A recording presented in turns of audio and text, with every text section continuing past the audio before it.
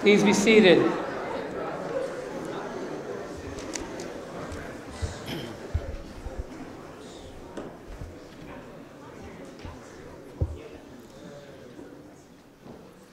What a great day to be part of the Jewish Educational Center family.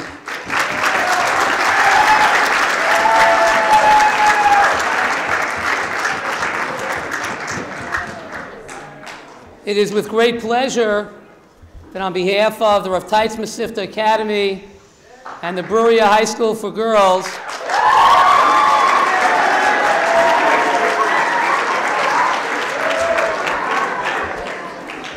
we welcome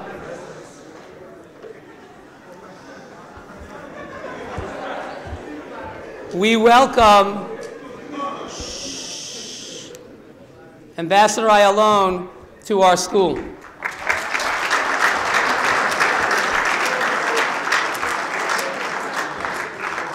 The JEC is very proud of the very warm and wonderful relationship that we share with Yeshiva University. I want to take this moment to acknowledge a good friend and colleague, Mr. Jonah Raskis from the Admissions Office of Yeshiva University,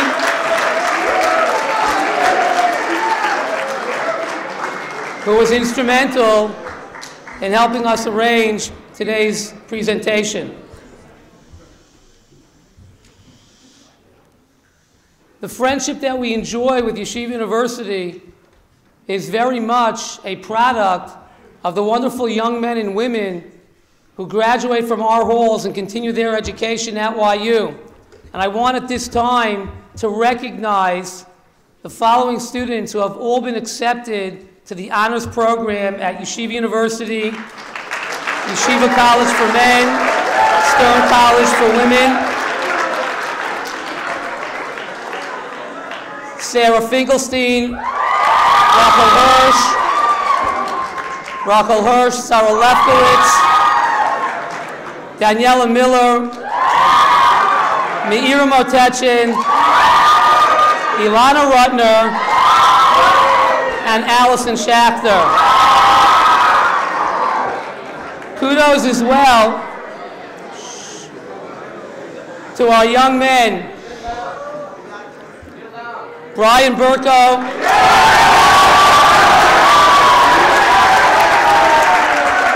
Barak Hagler,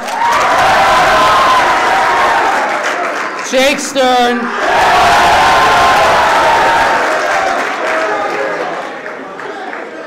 and Ellie Weiss.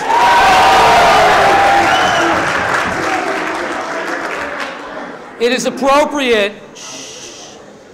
Guys, let's take it down just a notch.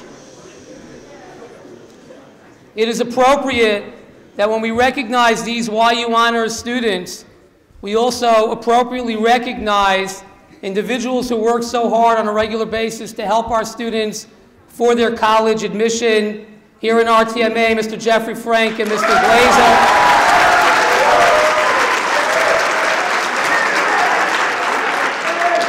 And Mr. Moshe Glasser.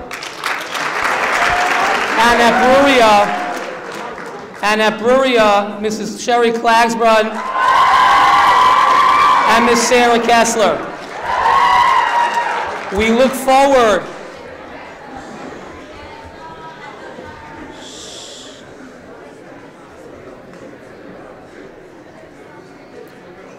forward to continuing our warm and productive relationship with you, Jonah, and with Yeshiva University for many, many years to come.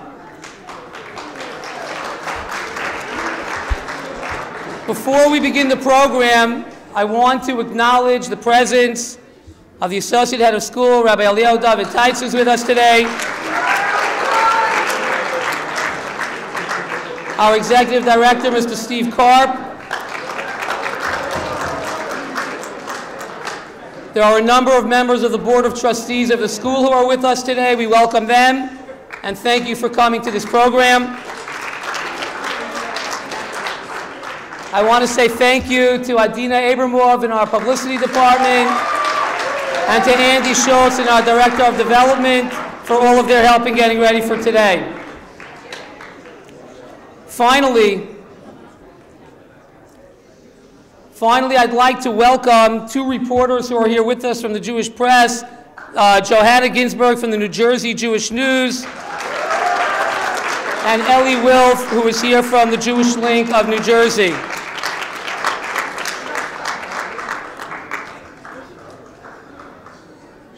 To introduce our program this afternoon, I call upon RTMA Senior Barak Hagler.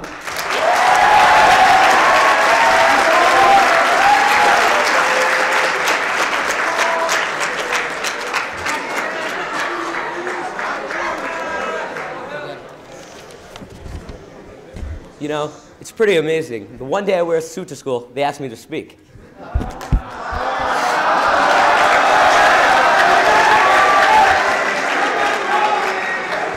Bereshus, Rabbi Teitz, Ambassador Ayalon, Rabbi Hagler, Rebbeim, faculty, and fellow students. Before I begin, I'd like to publicly thank Rabbi Hagler for allowing me this opportunity to speak today.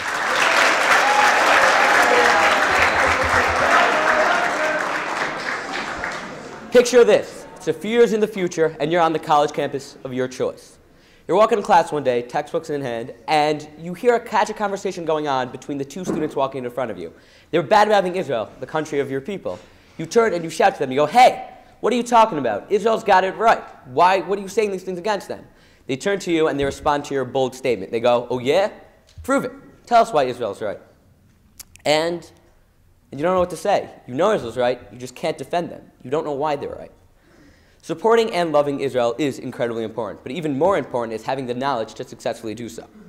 As we all know, Israel is the only democracy in the Middle East. But it's more than that. Israel is the only Jewish state in the entire world. It's the land of our people and the land of our nation. God, no place like home, there's no country like Israel.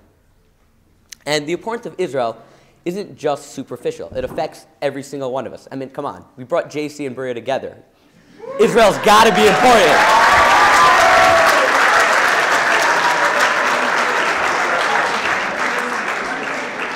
If we did that, Israel's got to be important. And therefore, it should be learning about Israel should be a vital part of every single person's core knowledge and curriculum, like any other subject, like English, math, science, or history. And Baruch Hashem, we've had many, many opportunities to learn about Israel this school year. In addition to the daily current events briefings, to date, we've had the opportunity to hear from two incredible speakers. Former Chaver Knesset Dov Lippman and Uri Yifrach, father of Eyal Yifrach Ava Shalom Hashem Yinakem Damo. And today, we have the opportunity to hear from another incredible speaker, Ambassador Ayalon. Many of us are heading off next year to spend a year or two, or for some of us even more, in Eretz Yisrael, and we'll be able to experience and live in the land and experience Israel like we never could before. For those of us who are so privileged, I encourage us, everyone, including myself, to use all the knowledge that we get and that we receive from all these events to help contribute to Israel and help really be part of the land. And for all of those of us who are still going to be in America next year, there are so many opportunities to help contribute to and advocate on Israel's behalf within America. Guys, knowledge, thoughts, it's great, but nothing is better than turning these knowledge into thoughts and thoughts into concrete actions. Israel's not just a subject like English, math, history, or science. Israel's a part of us. Thank you.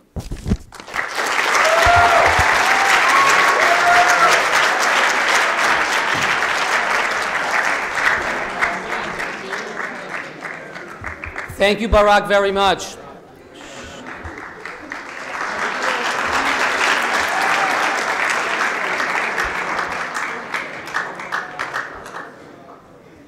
Indeed, Barak is correct, and we cannot understate the centrality of Medinat Yisrael in our lives as Jews, wherever we may be living in the world. And so whether it's focusing on Israel advocacy, religious Zionism, current events, paying attention to the news of the day in the state of Israel, all of that is part of our ongoing educational effort and the internalization of what Israel means to us as Jews here at JEC. Today, we are pleased to welcome Ambassador Danny Ayalon to our midst. 2 years ago, Yeshiva University announced that they were fortunate enough to have the Honorable Danny Ayalon, the Israeli diplomat and politician, and appoint him as the Renner Visiting Professor of Foreign Policy Studies at Yeshiva University for the spring 2014 semester. Happily for YU and for all of us, that appointment has continued through this year as well. Ambassador Ayalon has been teaching on both the Wilf campus at Yeshiva College and the Israel Henry Barron campus at Stern College for Women, and has been participating in events such as this, public lectures and student events. To tell you a little bit about who our guest is. Ambassador Ayalon is the president of Hod Ayalon Limited, a private consulting firm for governments and international corporations. Prior to this, Danny served as a member of Knesset, the Israeli parliament, and was the recent Deputy Minister of Foreign Affairs of the State of Israel from April 2009 all the way till February 2013, and Israel's ambassador to the United States from July 2002 to November 2006. As Deputy Minister of Foreign Affairs, Ayalon directed Israel's foreign economic relations, public diplomacy efforts, and bilateral strategic cooperation with key allies. Ayalon headed the high-level interagencies strategic dialogue between Israel and the United States and spearheaded the diplomatic, economic, and international public efforts against Iran's nuclear program. Ambassador Ayalon initiated and formulated a new level of diplomatic relations between Israel and Latin America and African countries based on sustainable development.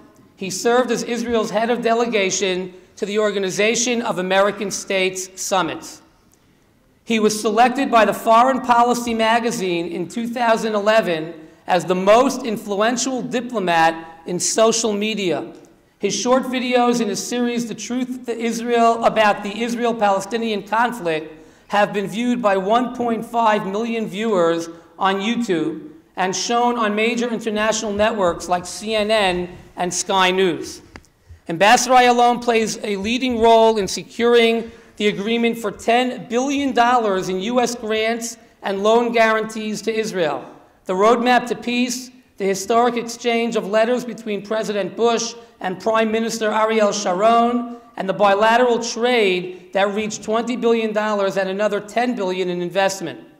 From 1997 through 2002, Ayalon served as foreign policy advisor to Prime Ministers Benjamin Netanyahu and Ehud Barak, and as chief foreign policy advisor to Prime Minister Sharon. He is on the board of governors of the Tel Aviv University, has served as vice chairman of the Israel-America Chamber of Commerce, and co-chairman of Nefesh B'Nefesh for Western Aliyah, and a board member of the America-Israel Friendship League, and/or for development of the Negev and the Galilee. Ambassador Ayalon holds an MBA from Bowling Green State University in Ohio, and is a graduate of Tel Aviv University with a BA in Economics and Labor Studies. He was a captain in the IDF Armored Corps. He's married to Anne since 1980, and together they have 2 daughters.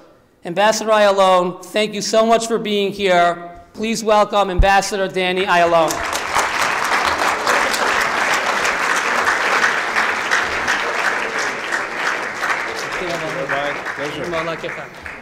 Shalom. Shalom, everyone. Thank you so much, Rabbi Hochenbaum, for this very, very kind introduction, which I believe I wrote.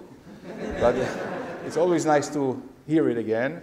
It is really a great pleasure to be here. It's really exciting for me to stand here before you at the JEC with the Bruriah school, because I look at you and you are the future. You're the future of the Jewish people, and as far as I can see, it's a very great future. I'm also very honored to be here with Rabbi Teitz, and thank you, Jonah, from Yeshiva University. I would say that the challenges that face Israel and the Jewish people today are enormous, and they've always been enormous. So by saying that, at the same time, we have to remember that we can really weather and we can really overcome all the trials and tribulations. We have proven to do that.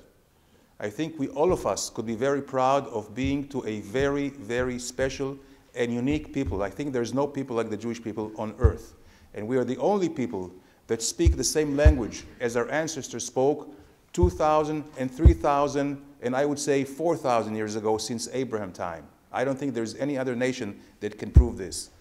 We are the nation that have brought really light onto all the other nations with a code of laws and morality, and also by really professing peace and brotherhood. It's not the case, unfortunately, in the world, and certainly not in our past, but certainly we have always been contained in our very small land, the land of Israel, Zion, and unlike other peoples, unlike other cultures and even religions, we have never looked out to either convert by force or to go on any conquests.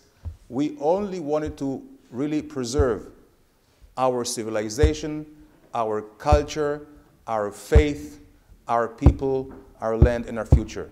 And there are three things, I think, that bind us all together.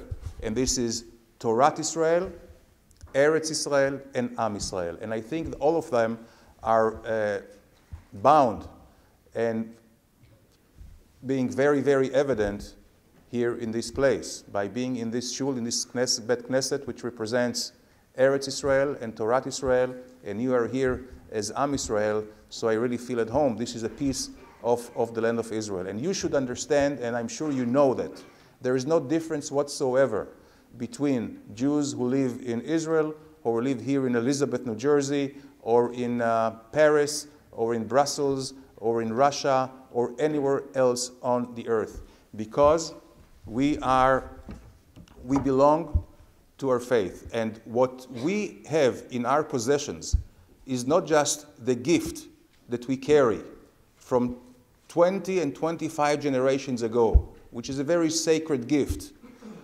but also this is the gift that we must continue and give to the next 25 and many, many generations to come. So every Jew, like we said in the Haggadah, like every Jew should feel himself as he himself personally came out of Egypt and was liberated from slavery.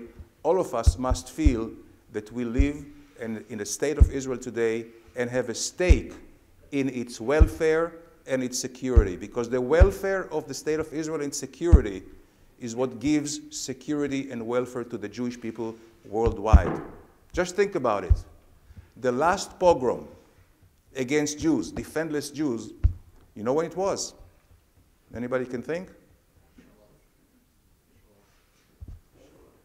After the Shoah, just think.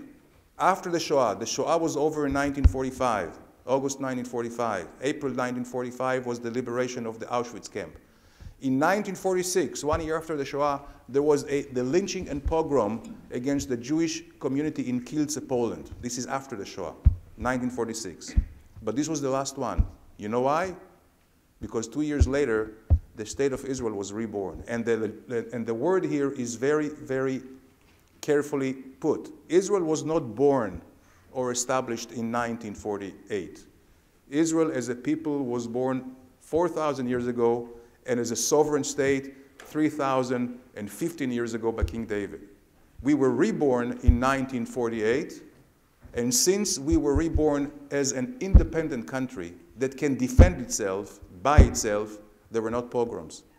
Because the people of the world know, and certainly those who are adversaries or enemies of the Jewish people know, that there is accountability now, that Israel will not sit quietly or idly and let any of our people being defenseless again and being killed again. This is something which is very important. From 1948 until now, there were no pogroms.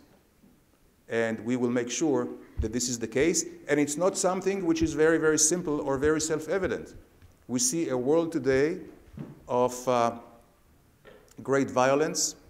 Anti-Semitism is on the rise. Anti-Zionism, anti-Israelism is on the rise. We see it in Europe, and we see it elsewhere as well. But today, unlike any other generations before us, since the Jewish kings of David house in Judah, and also in Shomron, Israel and Judah, since then, For 2,000 years, the Jewish people were defenseless. So we had the pogroms and we had the Holocaust, the culmination of the most heinous crime against humanity. And it's a singular way. There's no other genocide in the world that has a specific term like the Holocaust, because it was the systematic murder in an industrial way of the Jewish people only because they were Jews. So we know what it is to be defenseless and what are the ramifications. And there are many, many people that did not survive this. The Jewish people did survive this. And this is only through our faith and inner strength. It is not, again, it's a unique epic story that from the ashes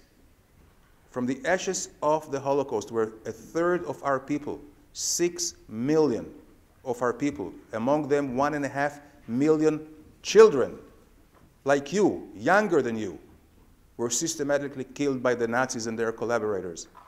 But from the ashes of the crematorium, you see we are 70 years later, only 70 years, and we are now a proud and strong nation in our home, in the state of Israel, in the land of Israel, with all the achievements that we have.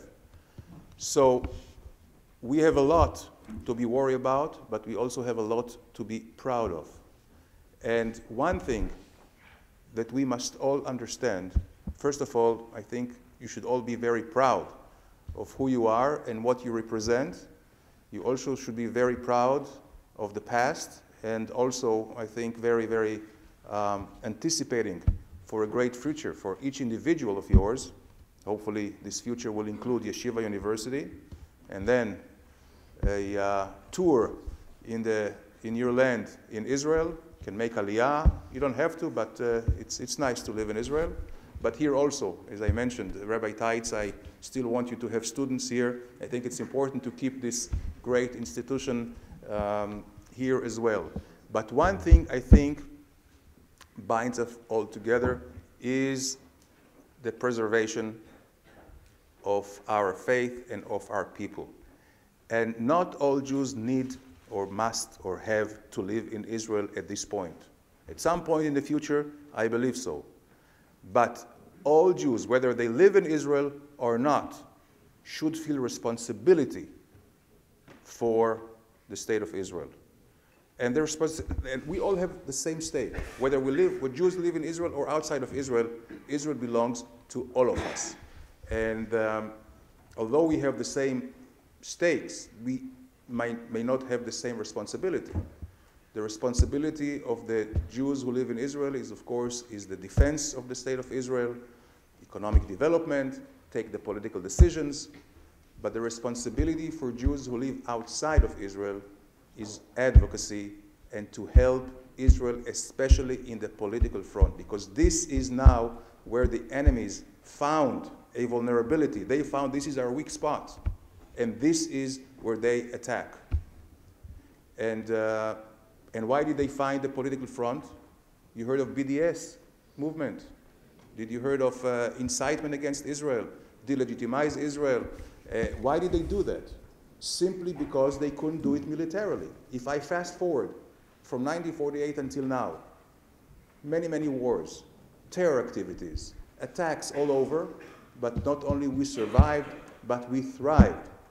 And today we are a very, very able country. So they could not. They realized, our enemies, whether now they are the Palestinians or their collaborators, Iran, radical Islam and radical Arabs, they realized that they cannot take us on militarily because they lose and they will continue to lose. I mean, we should be complacent about it, and we should keep working at that to widen the gap, the qualitative gap between us and our enemies. And to keep this gap is not only through military might, which thank God we have, or strategic capabilities, or economic and technological capabilities and innovation. It's also through social solidarity, which we have to work very hard at home in Israel and throughout the Jewish world. And not only the solidarity, but also our morality. We should always remember as Jews, we are committed to the highest morals possible, even during times when we were attacked. And I think we have expressed that. I don't think there is any army in the world who's more moral than the Israeli army, although we are being attacked. So we are strong. Again, I say it not from a point of view of arrogance or not from a point of view of complacency, but we have to be realistic. It doesn't mean that we will always be strong, and certainly we will not be strong if we are not united. But today, our enemies know that they cannot take us on militarily, including Iran. When they realized that they cannot take us on militarily, they went into a different route to destroy us, and that was the economic way. Boycotts. They have tried boycotts for years now. But not only they did not succeed, because of these boycotts, because we could not trade and do commerce with the countries around us, which is the most logical and effective to do, we had to jump over and compete in international markets, in Europe, here in North America, in Asia. So we have become quite lean in our economy, certainly in our high-tech sector, and economically also, they have pretty much given up the Arab boycott. So since they couldn't take us on economically, not militarily, what do now? They change their tactics. Not now, a few years ago. And this is the political arena. And the political war today is just as dangerous as the economic and military war. Because what they're trying to do is to paint Israel as a criminal country, as a not legitimate country, as a country that should not exist.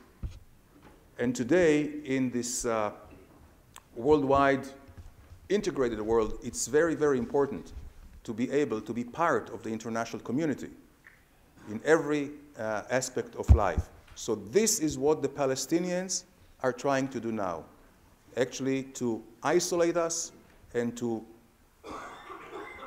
run us into a slippery slope of becoming a pariah state, which would be very, very dangerous. And also, what they're trying to do is actually drive a wedge between us, Israel and the Jewish people, and our friends and our allies.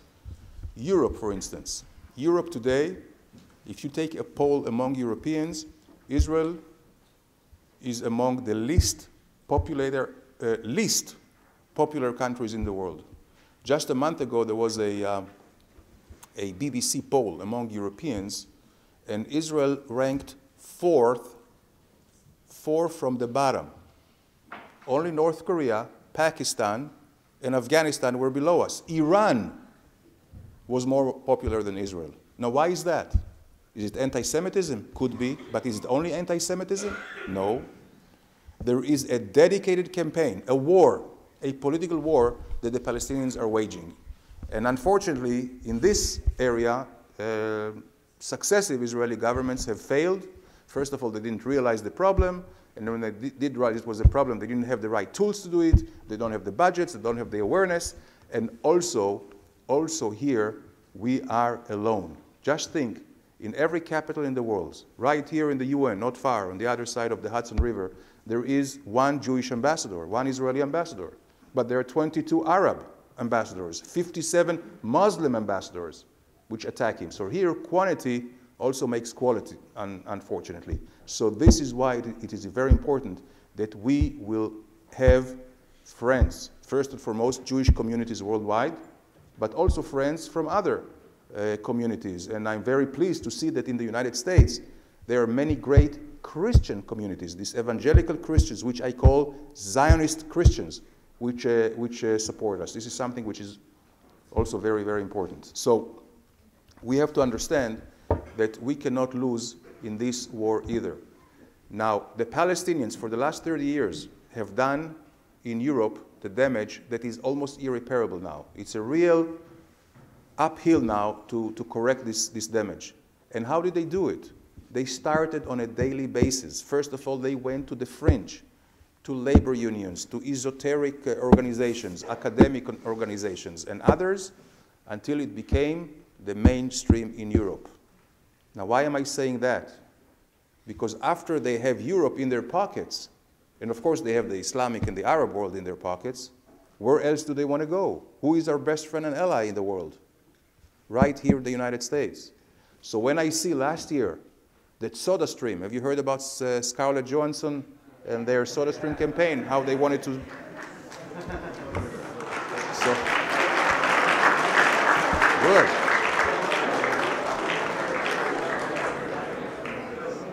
When I said King David or Abraham Avinu, there were no claps. When I say Scarlett Johansson, good. Anyway, when we see the campaign against SodaStream and Scarlett Johansson, when I see that all of a sudden the American Academic American Studies Union are boycotting Israel, the Presbyterian Church all of a sudden is boycotting Israel. You know, these are far and few between, fringe. But we must connect the dots, and this is why we have to prepare for now. And how do we prepare for now? And I'm very glad when I heard Barak, right? Barak speaking, very nice. And I'm very happy with what he asked. You know, when you're going to college, anywhere, or campuses, and you feel that Israel is attacked, what are you answering? I don't have the time to say all the Torah al regel achat, but I can tell you one thing. Go into the truthabout.israel.org.il and you will have all the answers, because we must understand and know our history and know the facts. Once you know the facts, you cannot really fight with the truth. And what the Palestinians are trying to do and discredit Israel here in the United States, we need all of you here to be able to answer and to be able to convince, maybe not those Palestinians who are brainwashed, but certainly the audience, which doesn't know much, that you will be facing. So by being here, by keeping the Jewish education and keeping the Jewish identity, you're doing the best service to our people. By enrolling, once you graduate from here in Yeshiva University, I think you're doing a great service, first for yourself, because it's a great academic institution, but also really keeping and enhancing your experience as a Jew. And the experience in a Jew is like no other experience in the world. So in that manner, I think all of you here are very fortunate, and I think Yeshiva will be very fortunate to have you come over once you graduate successfully from here. But you have to graduate successfully from here, right? It's, so.